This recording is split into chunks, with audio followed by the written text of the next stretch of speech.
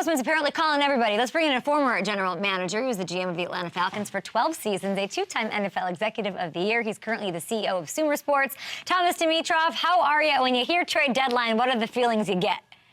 Hey, Adam, so happy to be on with you, by the way. Thanks. Your energy is addictive. I'm listening. I don't need my coffee this morning. I do. I get it. I was talking with Howie today, actually, this morning. I was digging in prior to your call. Okay. And I was thinking, talk to me a little bit more, Howie, about where you are with all these moves and what you do this time of year, as well as Brandon Beane, guys like that I have a lot of respect for, trying to make sure things haven't changed in the 3 years I've been out. 100%. There's so much going on. It's what they feel, Howie specifically, it's his obligation to make sure he does what's best for the team, of course, and always keeping his eyes out there for potential guys who are going to improve their team. They were looking, obviously they go after a safety recently. Mm-hmm. They were looking always to think about how they were going to update and upgrade that defense, and it came their way. He jumped on it like he does, and you and I both know this. And Howie loves you too. You know that.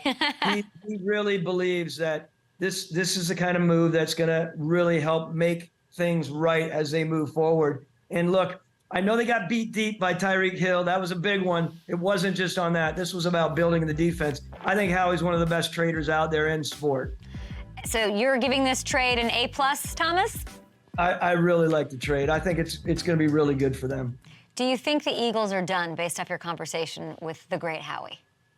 Well, I don't think they're done. He didn't allude to anything like that. But he did say, again, this is something they keep their eye on, and that's his job. He's not out there worrying about game planning, as you know.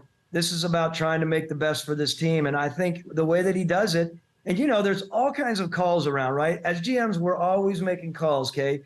We're reaching out to people saying, hey, do you have anyone? And especially teams that are looking to increase their draft stock, right? Some of the teams out there that I'm sure we could talk about who are looking for increased first-round picks or don't have first-round picks, they're out there desperately seeking what may be available. Howie obviously is in a different situation. He's about making headway on being the best trader in sport right now, and that's what I believe he's doing, as I mentioned earlier. If I'm the Titans, I'm not answering his call. I'm surprised. I mean, after what the PR of the A.J. Brown trade and what A.J. Brown looks like in this Eagles offense and what an MVP caliber player he is, I don't know. And after that move, I'm going to ask you about the Titans because are they sellers? They look like they're sellers, and they do have stars like Derrick Henry. They've got DeAndre Hopkins, who they acquired. Do we see them move as well? Well, I think they could be sellers. I mean, we watched it, and what just happened with Howie, of course, and with Derrick Henry. I mean, there are some teams out there, and we know that, who are potentially looking for, a running back that can help. I mean, look, I'm watching the Atlanta Falcons Tampa Bay game the other day, and no offense, Jason Light, I mean, that running game needs to be bolstered, right? Would that be a potential possibility? There are many other teams out there that would look at a guy like Derrick Henry and say, we need this cat on our team to push it forward. And so I do think, now believe me, it's never easy. One of the things that was brought up to me by a couple other general managers, and I had asked this almost, 75% increase of trades over the last 10 years. Wow. It's really, really big, right? It's substantial. And I've asked why they think that that's the case. They do put it on media, by the way, Kay. They say, the media starts stirring this, right? Normally, we don't look at this as general managers, and we don't think about cashing out, right? It's pretty tough for us, right? As competitors, you'll have conversations with your owners, of course, and you'll think about, what needs to change. And if you trade away possibilities and you're not thinking about the here and now and you're thinking about into years to come, that's a complicated thing to have an owner hear their general manager talk about in public. But a lot of people in the media are stirring it. And what these GMs are telling me is, we need, when we hear those rumors, even though we may think it's 99% not true, these really astute general managers go out and do their research and make sure that they're not missing something. What Howie mentioned to me, and I thought it was a very good, interesting thought, is, he would beat himself up if he didn't follow through on some of these opportunities that were potentially out there, and they were secured without him at least looking into it. And I think, again, to me, that's a feather in his cap, and some of the other GMs that are very aggressive with their research. I love that the media is getting the pinata treatment by the GMs here, when the GMs use the media just as much. And like, I'm gonna say, like, come on, let's call a spade here, Howie Roseman. But I want to talk to you about New England a little bit. Given that even just that media implication, you were there for what, like 6 seasons as part of the Patriots organization. You know, as I know, as everyone knows, and nothing gets out of that building they don't want out. So when it suddenly gets leaked that Bill Belichick has his contract redone quietly during the offseason, what does that tell you? Well, it tells me that they were trying to take care of business to make sure that they can, calm any of the issues during the season. I mean, look, I want to say this right now categorically, Kay. I think Bill Belichick, and I think most people think this, in the modern era, he is the best coach, hands down, and he's right up there with the very, very best. There is no way Bill Belichick leaves the New England Patriots and doesn't have 3, 4, or more opportunities knocking at his door. Not just to be a head coach in my mind, but to also be the czar, because in my mind, and I'm speaking out a little bit, I don't think Bill Belichick ever goes to a place where he's working alongside or with a general manager. He has to be that guy. I mean, that's what he deserves to be after all he's done in this league. So it's going to be really interesting to see how it plays on. Think about this, though. If you're an owner and you have just signed on a new head coach in the last year or two, and you have your eyes lit up and you're thinking, my God, I have an opportunity to bring Double B in here to clean this organization up. That's a really, really interesting thing. Do they ever make that move? And I think you've made mention, would people trade? What do you think about the whole trade situation? There you go. Yeah. You tell me, is it people are dragging me through the Twitter streets, through the alleyways. I'm being chased out of town with a bell saying shame, shame, shame, like in Game of Thrones. Is it a possibility that Bill Belichick gets traded? Does it make sense? Well, I mean, I think as an organization, you have to look at everything. I know it's heresy. It's so funny because I know in New England, obviously, there are people on both sides of the fence, right? And I know it's heresy sometimes to talk about Bill leaving there. And I agree. Doesn't seem like he should leave there. He should finish there. But what's going on, I think, again, back to astute general managers and people that are creative in this league, I think it's worth the stirring up of conversations and the reaching out to New England to ever see if that would be of interest. I realized towards the end of my time as a GM that more and more that I would think about a head coaching trade than I would have in my first 4, 5, or 6 years. And I love Dan Quinn. And I think Dan is a top-notch guy who needs to go back into the league as a head coach.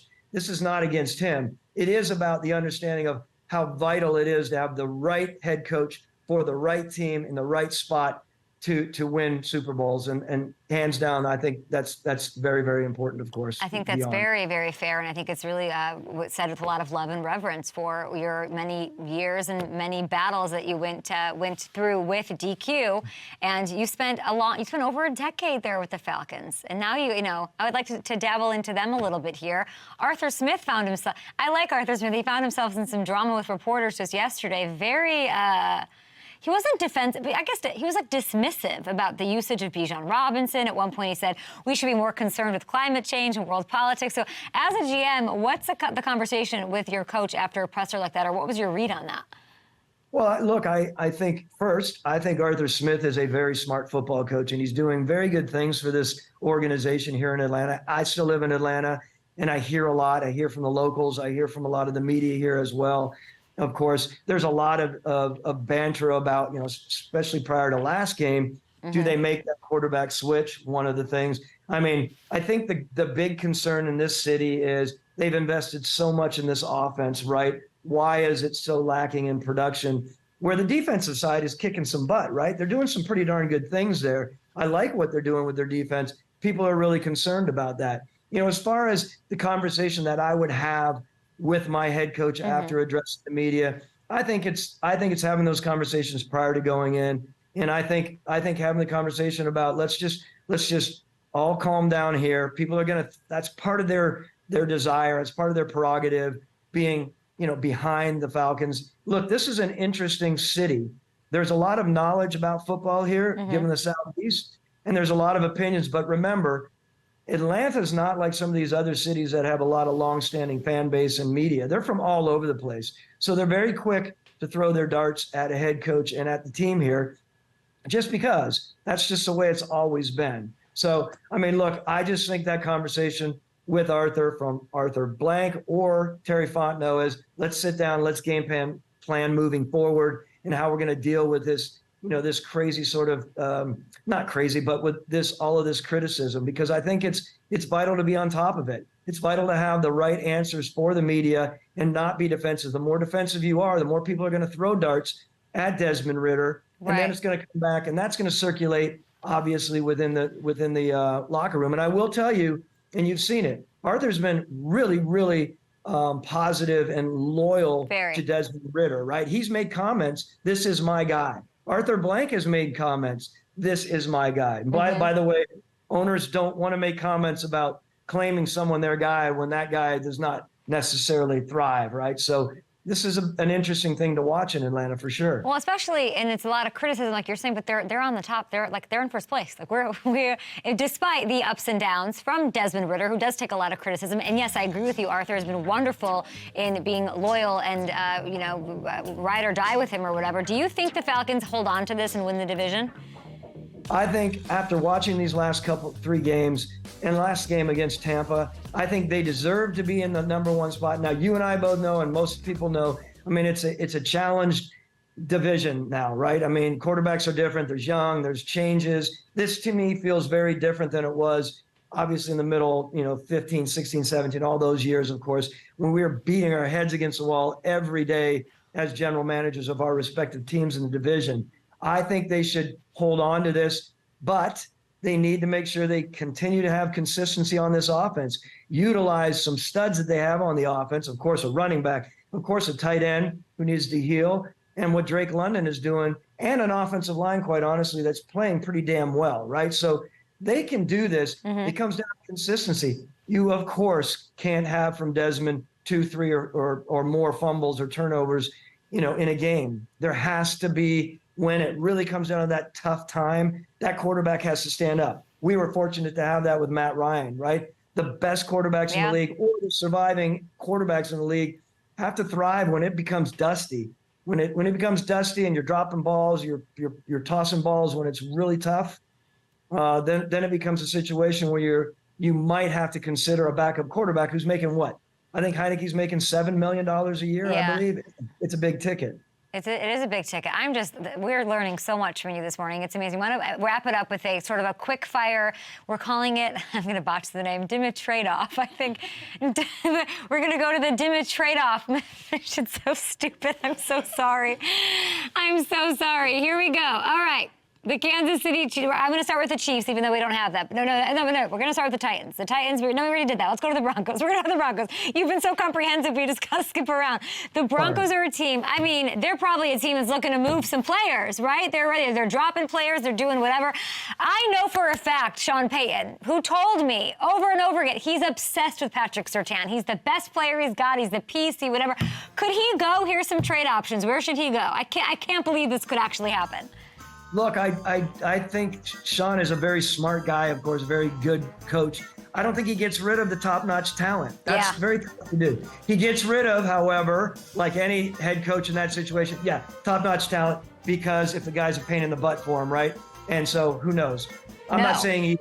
Patrick Surtain is like the best. He's obsessed with Patrick. I don't see it happening. What about Jerry Jeudy? Do you think Jerry Jeudy could be out there? I think Jerry Jeudy could be considered because, he's got a lot of money on it, and I think it would be one of those that would be considered. That's the one I think. Which team? Kansas City, Green Bay, Buffalo? Maybe Buffalo. I mean, look, I'm still thinking in my mind, maybe Buffalo. I mean, Buffalo, they had injuries to Matt Milano, Trey Wright. Allen has, he's got to find somebody consistently out of Stephon Diggs. What would you add to Buffalo? Maybe KC. Okay. All right. Let's go to Washington. I'm going to Washington. Their edge rusher, their star, Chase Young. I thought he was going to be Defensive Player of the Year this year. Where should he go? He's a free agent after the season, of course. Chase Young. Well, who's looking for the defensive line? I mean, what do you think, Houston? What do you think, Jacksonville, maybe? Jacksonville? Well, the options here in the game that we're playing. Put it back up. I know. Hold on. It's Lions, Patriots, Bengals?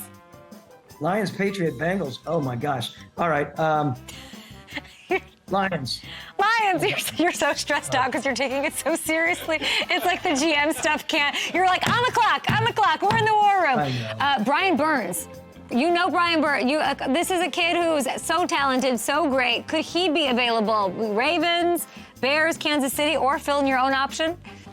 My fill me own option. Look, I think this is another one that maybe Jacksonville would do. They need a pair out there. And I would love to see Jacksonville continue to improve. And I think Trent's got his eye on things. I would love to see that. Who knows? And last but not least, just give me a trade that you want to see happen, that you think might happen. Just put it out there into the universe. Stir the pot. Into the universe. Oh my God, you're putting me on the spot here, and this isn't like normally me, right? As a GM, we're so thought out. So I come back to Jerry Jeudy. I need him. I want him to go somewhere else. I need him out of that organization for Sean. In my mind, I think they could gain something with him. All right, Thomas Dimitroff, we appreciate you so much. And you got to come back and talk to us about what you've got going on with Sumer Sports. We're enjoying the trade deadline talk and all of that. And I feel like you still want to get back in there, buddy. I'm just saying. I'm getting those vibes from you. It's a passion. I really appreciate you guys having me. Thank you. Anytime. It's amazing, and we appreciate you. And hopefully Jerry Jeudy does go somewhere else. Thanks for watching. Subscribe here to get the latest Up and Adams content right on YouTube.